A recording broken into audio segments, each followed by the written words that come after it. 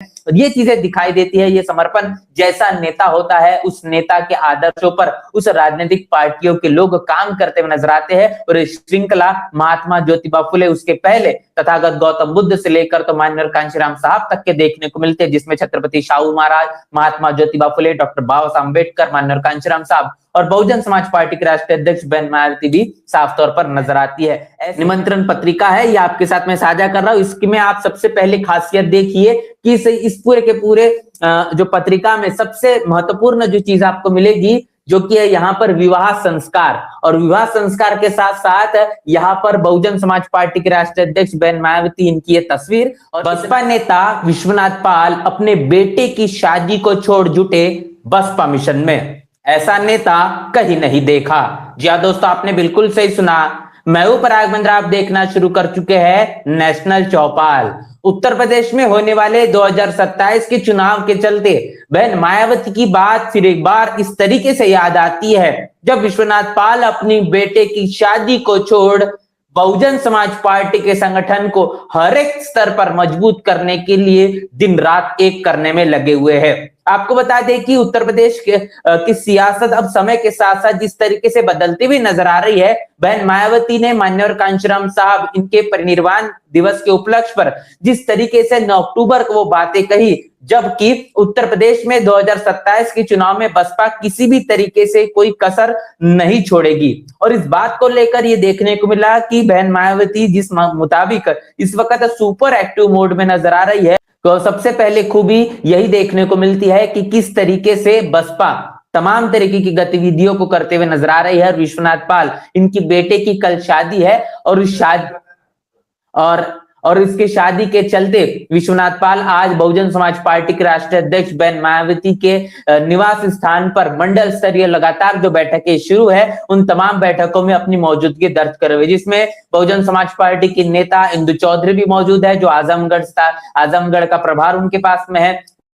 वहां की वो मुख्य मंडल प्रभारी भी है। तो आप समझने की कोशिश करिए कि बहुजन समाज पार्टी के तमाम कार्यकर्ताओं के लिए, खास तौर पर पदाधिकारियों के लिए अपना परिवार, अपने रिश्ते नाते ये हमेशा से ही सेकेंडरी माने जाते हैं, लेकिन उनके लिए सबसे पहली प्राथमिकता होती है वो अपना मिशन होता है, अपना मूवमेंट होती है, बाबा साहब की विचारधारा जिसको जन जन तक पहुंचाने की ये जो ललक है, ये बताती है कि किस तरीके से बसपा ये बात कहती है कि हम एक राजनीतिक पार्टी बाद में है, पहले एक मिशन और मूवमेंट है जो सामाजिक परिवर्तन और आर्थिक मुक्ति का है। मैं आपके बीच ये तस्वीर साझा करना चाहूंगा, मैं आपके बीच ये इनविटेशन कार्ड है, जो पत्रिका है जो जितेंद्र पाल बहुजन समाज पार्टी के उत्तर प्रदेश के प्रदेश अध्यक्ष विश्वनाथ पाल, इनके बेटे की जो शादी है, ये आप देखिए, ये मैं आपके साथ ये जो है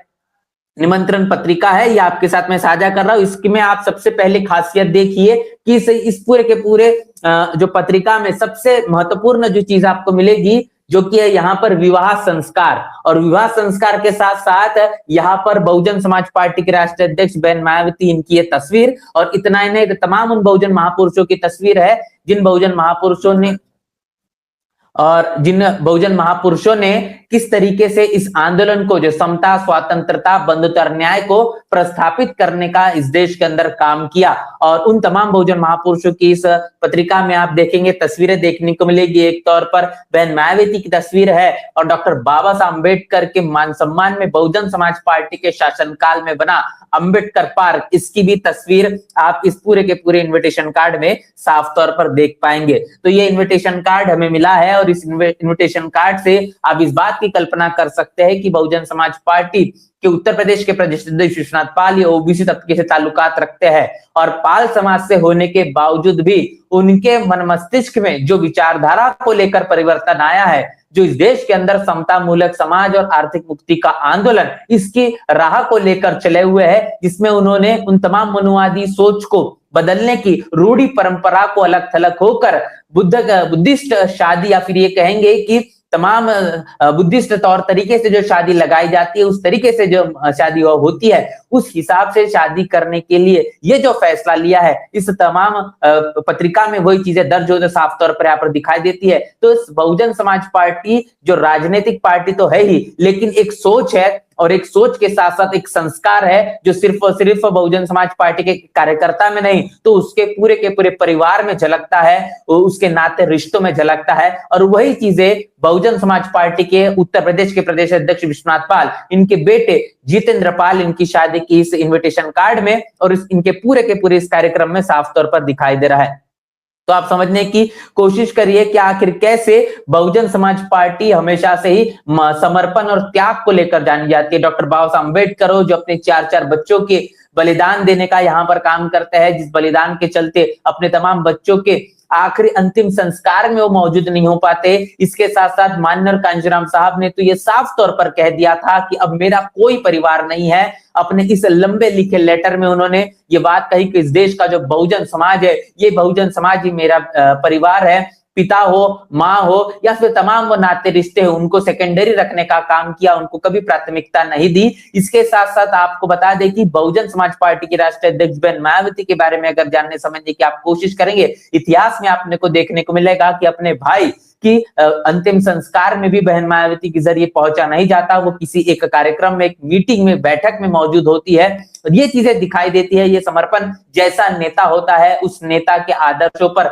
उस राजनीतिक पार्टियों के लोग काम करते हुए नजर आते हैं। और इस श्रृंखला महात्मा ज्योतिबा फुले, उसके पहले तथागत गौतम बुद्ध से लेकर तो माननीय कांशीराम साहब तक के देखने को मिलते हैं, जिसमें छत्रपति शाहू महाराज, महात्मा ज्योतिबा फुले, डॉक्टर बाबा साहब अम्बेडकर, माननीय कांशीराम साहब और बहुजन समाज पार्टी के राष्ट्रीय अध्यक्ष बहन मायावती भी साफ तौर पर नजर आती है। ऐसे में विश्वनाथ पाल इनके जरिए अपने बेटे की शादी के पहले, उसके पहले दिन इस तरीके से बहन मायावती के आवास के सामने मौजूद होकर मंडल स्तरीय बैठक और समीक्षा के तौर पर बहुजन समाज पार्टी का काम किस तरीके से चल रहा है और किस तरीके से मजबूत होना बाकी है, इन चीजों को लेकर आज जो बैठक हुई है, ये बैठक काफी कुछ साझा करती है। ये बताती है कि उत्तर प्रदेश में बहुजन समाज पार्टी 2027 के चुनाव को लेकर कितनी ज्यादा सीरियस है, गंभीरता से इस चुनाव को लड़ना चाहती है। और इसीलिए भी कि बहुजन समाज पार्टी के